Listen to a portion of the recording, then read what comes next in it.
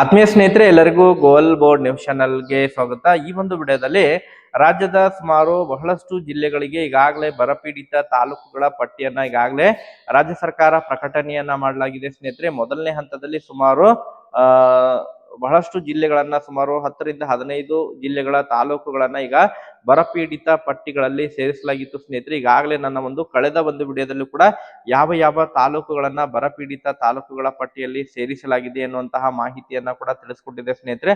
So ಹಾಗಾದ್ರೆ ಈ ಬರಪೀಡಿತ ತಾಲೂಕಿನಲ್ಲಿರುವಂತಹ ರೈತರಿಗೆ ಯಾವಾಗ ಪರಿಹಾರ ಜಮಾ ಆಗುತ್ತೆ, ಎಷ್ಟು ಪರಿಹಾರ ಜಮಾ ಆಗುವಂತಹ ನಿರೀಕ್ಷೆ ಇದೆ? ಈಗ ಎರಡನೇ ಹಂತದ್ದು ಕೂಡ ಏನೋ ಈ ರೈತರ ಪರಿಹಾರಕ್ಕೆ ಸಂಬಂಧಪಟ್ಟಂತೆ ಯಾವೆಲ್ಲ ಜಿಲ್ಲೆ ಬರಪೀಡಿತ ಜಿಲ್ಲೆಗಳಿದಾವೆ, ಎರಡನೇ ಹಂತದ ಪಟ್ಟಿ ಏನಾದ್ರು ಪ್ರಕಟಣೆ ಆಗುವಂತಹ ನಿರೀಕ್ಷೆ ಇದೆಯಾ? ಅದಕ್ಕೆ ಸಂಬಂಧಪಟ್ಟಂತೆ ಕೂಡ ಮಾಹಿತಿಯನ್ನ ತಿಳಿಸ್ತಾ ಹೋಗ್ತೀನಿ ಸ್ನೇಹಿತರೆ. ಒಟ್ಟಾರೆಯಾಗಿ ವಿಡಿಯೋ ಕೂಡ ತಮಗೆ ಸಹಾಯ ಆಗಲಿದೆ. ಸೊ ಆ ಕಾರಣಕ್ಕಾಗಿ ಪ್ರತಿಯೊಬ್ರು ಕೂಡ ತಾವು ಚಾನೆಲ್ ಅನ್ನ ಸಬ್ಸ್ಕ್ರೈಬ್ ಮಾಡಿಕೊಂಡೆ ವಿಡಿಯೋನ ವೀಕ್ಷಣೆ ಮಾಡಬೇಕು ಸ್ನೇಹಿತರೆ. ಹಾಗಾದ್ರೆ ಬನ್ನಿ ಸ್ನೇಹಿತರೆ, ತಡ ಮಾಡದೆ ಈ ಒಂದು ವಿಡಿಯೋನ ಪ್ರಾರಂಭಿಸೋಣ.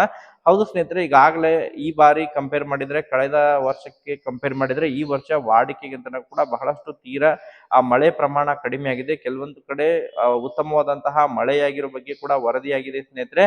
ಸೊ ಕರಾವಳಿ ಭಾಗದ ಜಿಲ್ಲೆಗಳಾಗಿರ್ಬೋದು, ಉತ್ತರ ಒಳನಾಡಿನ ಕೆಲವೊಂದಿಷ್ಟು ಮಲೆನಾಡು ಭಾಗದ ಕೆಲವೊಂದಿಷ್ಟು ಜಿಲ್ಲೆಗಳಿಗೆ ಮಳೆಯಾಗಿದೆ. ಬಟ್ ಅದನ್ನ ಹೊರತುಪಡಿಸಿ ಕೆಲವೊಂದಿಷ್ಟು ತಾಲೂಕುಗಳಿಗೆ, ಕೆಲವೊಂದಿಷ್ಟು ಜಿಲ್ಲೆಯ ತಾಲೂಕುಗಳಿಗೆ ಅಷ್ಟು ಪ್ರಮಾಣದಲ್ಲಿ ವಾಡಿಕೆಗಿಂತನೂ ಕೂಡ ಬಹಳಷ್ಟು ತೀವ್ರ ಪ್ರಮಾಣದಲ್ಲಿ ಕಡಿಮೆಯಾಗಿರುವಂತಹ ಹಿನ್ನೆಲೆ ಈಗಾಗಲೇ ಇನ್ನು ಸಮೀಕ್ಷೆಯನ್ನ ಮಾಡೋದ್ರ ಮೂಲಕ ರಾಜ್ಯ ಸರ್ಕಾರದ ವತಿಯಿಂದಾನೇ ಸಮೀಕ್ಷೆ ಕಾರ್ಯ ನಡೆದಿದ್ದು, ಏನು ಅತಿ ಹೆಚ್ಚು ಬರಪೀಡಿತ ತಾಲೂಕುಗಳು ಯಾವಿದಾವೆ ಮತ್ತು ಸಾಧಾರಣ ಬರಪೀಡಿತ ತಾಲೂಕುಗಳು ಯಾವಿದಾವೆ, ಈ ರೀತಿಯಾಗಿ ವಿಂಗಡಣೆಯನ್ನ ಮಾಡಿ ಈಗ ಬರ ಪರಿಹಾರದ ಪಟ್ಟಿಯನ್ನ ಪ್ರಕಟಣೆ ಮಾಡಿದರೆ ಜಿಲ್ಲಾವಾರು ಯಾವ ಯಾವ ತಾಲೂಕುಗಳು ಅತಿ ಹೆಚ್ಚು ಬರಪೀಡಿತ ತಾಲೂಕುಗಳ ಪಟ್ಟಿಗೆ ಸೇರಿದವೆ ಅನ್ನುವಂತ ಪಟ್ಟಿಯನ್ನ ಪ್ರಕಟಣೆ ಮಾಡಿದರೆ ಸ್ನೇಹಿತರೆ.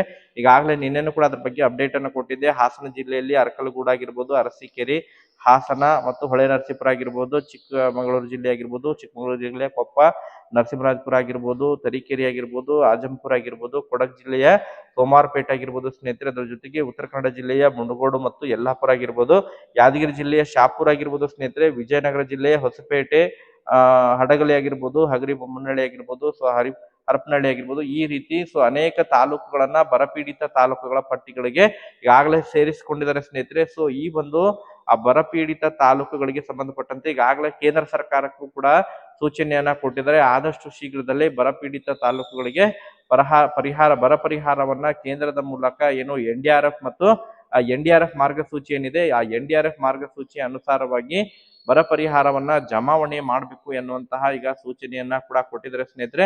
ಸೊ ಕೇಂದ್ರ ಸರ್ಕಾರ ಇದಕ್ಕೆ ಸಂಬಂಧಪಟ್ಟಂತೆ ಯಾವ ರೀತಿ ಪ್ರತಿಕ್ರಿಯಿಸುತ್ತೆ ಎನ್ನುವಂಥದ್ದು ಕಾದು ನೋಡ್ಬೇಕಾಗಿದೆ.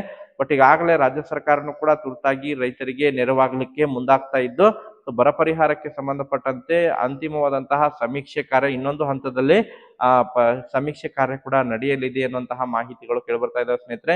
ಇನ್ನೊಂದು 2 ದಿನಗಳವಾಗಿ ಒಳಗಾಗಿ ಇನ್ನೊಂದು ಪಟ್ಟಿ ಕೂಡ ಪ್ರಕಟಣೆಯಾಗಲಿದೆ. ಸೊ ಹೆಚ್ಚುವರಿಯಾದಂತಹ ಜಿಲ್ಲೆಗಳನ್ನ ಕೂಡ ಸೇರಿಸುವಂತಹ ಸಾಧ್ಯತೆಗಳಿದಾವೆ ಸ್ನೇಹಿತರೆ.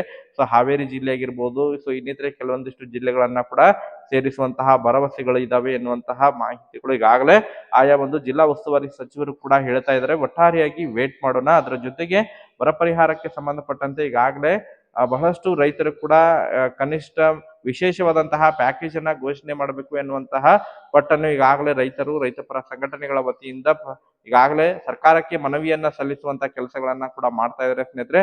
ಸೊ ಕನಿಷ್ಠ ಪ್ರತಿ ಎಕರೆಗೆ ಸುಮಾರು 5 ರಿಂದ ಹಿಡ್ಕೊಂಡು 10,000ವರೆಗೆ ಪ್ಯಾಕೇಜ್ ಅನ್ನ ಘೋಷಣೆ ಮಾಡಬೇಕು ಎನ್ನುವಂತಹ ಒತ್ತಾಯಗಳು ಈಗಾಗಲೇ ರೈತಪರ ಸಂಘಟನೆಗಳ ವತಿಯಿಂದ ಕೇಳಿ ಬರ್ತಾ ಇದ್ದಾವೆ. ಬಟ್ ಈಗ ಸರ್ಕಾರ ಎಷ್ಟು ಪರಿಹಾರವನ್ನ ಘೋಷಣೆಯನ್ನ ಮಾಡುವಂತಹ ನಿರೀಕ್ಷೆ ಇದೆ? ಯಾಕಂತ ಹೇಳಿದ್ರೆ NDRF ಮಾರ್ಗಸೂಚಿಯ ಪ್ರಕಾರವಾಗಿ ಪರಿಹಾರವನ್ನ ಘೋಷಣೆ ಮಾಡಬೇಕಾಗುತ್ತೆ ಮತ್ತು ಕೇಂದ್ರ ಸರ್ಕಾರದ ಅನುದಾನವನ್ನ ಪಡೆದುಕೊಂಡು ಘೋಷಣೆ ಮಾಡಬೇಕಾಗುತ್ತೆ.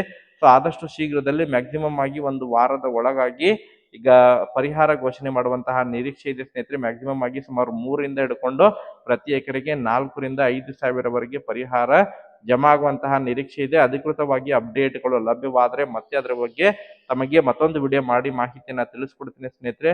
ಇದಕ್ಕೆ ಸಂಬಂಧಪಟ್ಟಂತೆ ಮತ್ತೇನಾರ ಡೌಟ್ಸ್ ಗಳಿದ್ರೂ ಕೂಡ ತಾವು ಕಮೆಂಟ್ ಸೆಕ್ಷನ್ ಅಲ್ಲಿ ಕಮೆಂಟ್ ಮಾಡಿ.